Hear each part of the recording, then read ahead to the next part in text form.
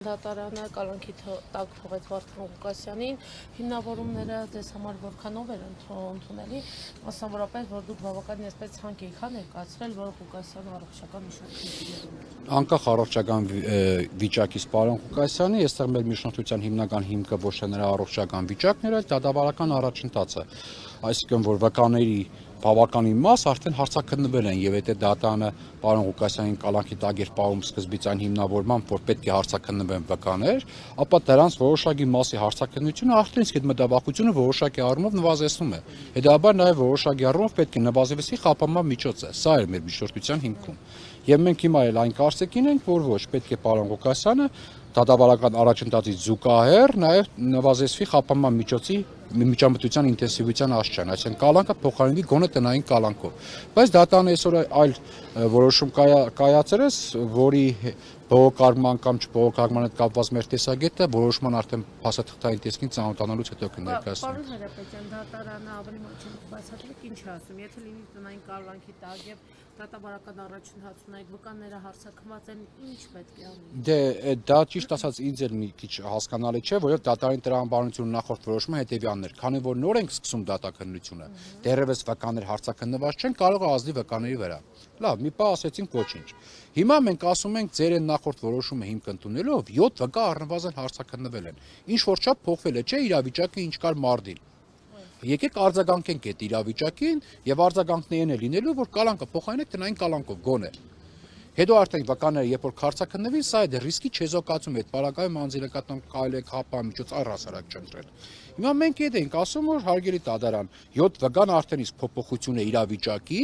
եւ այդ իրավիճակին արձագանքեք, անձին կալանքից բաց թողեք։ Եվ եթե գտնում եք, որ այն 8 վկան կամ այն 9 վկաների ռիսկային են, տնային կալանք ենթադրենք կիրառեք, էլի ազատությունից զրկում է ինչ տարբերություն։ Բայց ձեզ ինչու դա չի արվում։ Ամեն դեպքում պարոն Ղուկասյանը իր մտահոգությունները այս գործի հետ կապված շուտվանից է հայտնել, մանավանդ որ իր ազատությունից զրկելը նաև քաղաքական պրոցեսների հետ է կապված։ Մենք փորձում ենք գործը պահել բացառապես դատավարական դաշտի մեջ եւ փորձում ենք դատավարական առումով մեր խնդրանքները պահանջները ներկայացնել։ Եվ հերթական դրսևորումներից մեկն էր, որ միջնորդություն ներկայացրեցինք, բայց դատարանի որոշման հետ մենք համաձայն չենք առավել, մանրամասն տեսակետ կհայտնենք ծանոթանալուց հետո։ Մասնավորապես վերջին վկայի հարցաքննության հետ կապված անհամաձայնություն կամ նորություն ունեք, որտեղ պարոն Ղուկասյանը այսպես էմոցիոնալ բավական բան էր արձագանքում տեղից։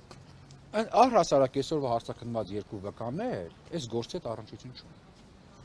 Մեկ վկան հող է վաճառել Սևակ Կոմցյանին տարիներ առաջ, 6 տարի առաջ, եւ դրանից բացի ուրիշ բան չդեր, այն մյուս վկան էր կադաստրի աշխատող է, որը նույնիսկ չգիտեր թե լավ ինչու են կասեցրել կամ պետք է մերժեն, թե պետք է կասեցնեն։ Ինչու են ընդգրկվել։ Հիմա նայեք,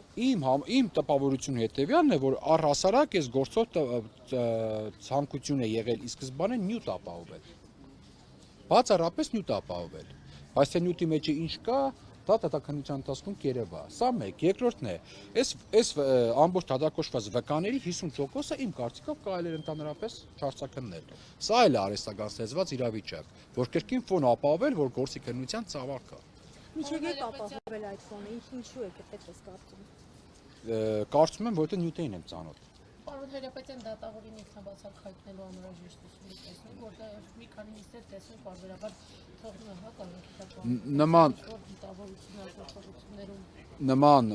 դիրքորոշում կամ նման ռազմավարություն, կարծիք ունենալու դեպքում պաշտպանության կողմը անպայմանորեն այդ միջնորդությամբ հանդես կգա։ Այս պահի նման քննարկում դեռևս պաշտպանական թիմը չունի։